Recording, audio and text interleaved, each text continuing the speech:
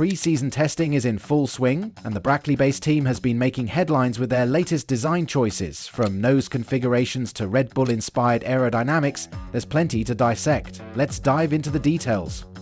Mercedes kicked off the first day of testing by evaluating two different nose designs on their W16. The first option, seen in official images, featured a longer nose tip that extended over the front of the second wing element. However, they also trialled a second design, one more in line with last year's W15, where the tip sat directly on the leading edge of the second front wing element. This choice is more than just an aesthetic difference. It has significant aerodynamic implications. The airflow behavior changes dramatically between these two configurations, and rather than relying solely on simulations, Mercedes is using real-world testing to determine which is more effective, with other teams making similar adjustments over the regulatory period. But why is this so important? The nose and front wing design play a crucial role in directing airflow to the rest of the car. A longer nose might help with better airflow management over the front wing, whereas a shorter one could provide a different balance of downforce. In the end, the decision Mercedes makes here could impact their overall race pace and handling characteristics. George Russell had the chance to observe the morning session before stepping into the W16 himself. Speaking to the media, Russell described it as a solid start for the team. He highlighted the unpredictable nature of testing, cautioning that lap times aren't always indicative of actual race pace. "This morning was a solid start for the team," Russell stated. "The car's handling well, but conditions here are very different from what we're used to. Very windy, and last season we saw massive performance fluctuations across the grid, whether you finish a test session first, third or fourth. You can't read too much into it, but the car seemed to be performing well." This measured response from Russell is expected, as teams rarely show their full hand during testing. What we do know, however, is that Mercedes has taken an aggressive approach to refining their aerodynamics, borrowing heavily from their rivals while making significant in-house adjustments. Another hot topic from testing was Mercedes' apparent inspiration from past Red Bull designs. Sky F1X Ted Kravitz noted that Mercedes has adopted some of Red Bull's aerodynamic innovations but taken them to what he called a more extreme level. One of the most notable changes is the reshaped side pods with vertical air intakes, a concept Red Bull introduced last year. Additionally, the W16 features an overbite-style side pod inlet, where the top surface extends beyond the main intake, a stark contrast to Red Bull's previous underbite design.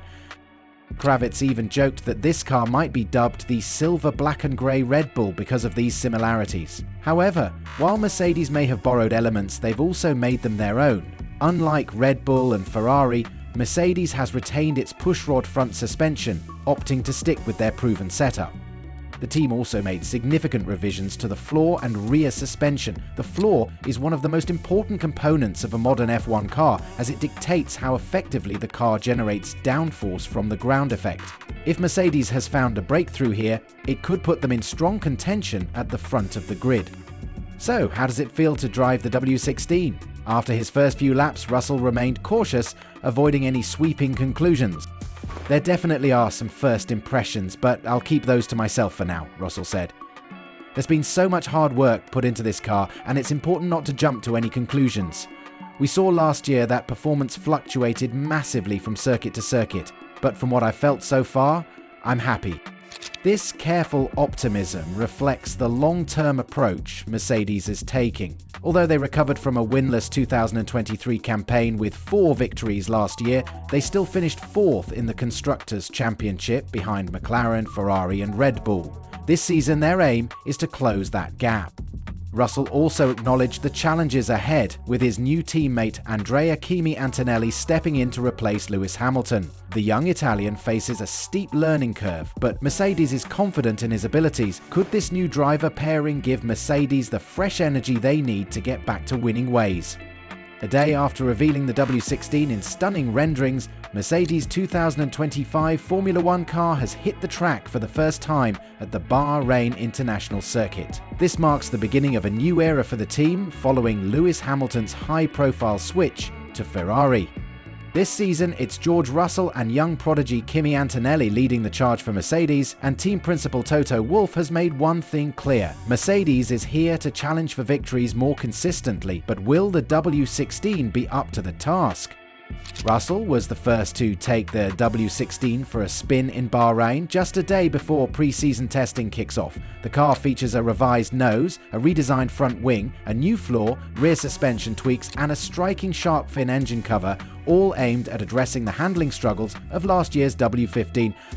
I've been in F1 6 years now. Next year is my 7th and my 4th year with the team, Russell told The Times. I feel absolutely ready to take my journey to the next level, and I feel ready to fight for a championship.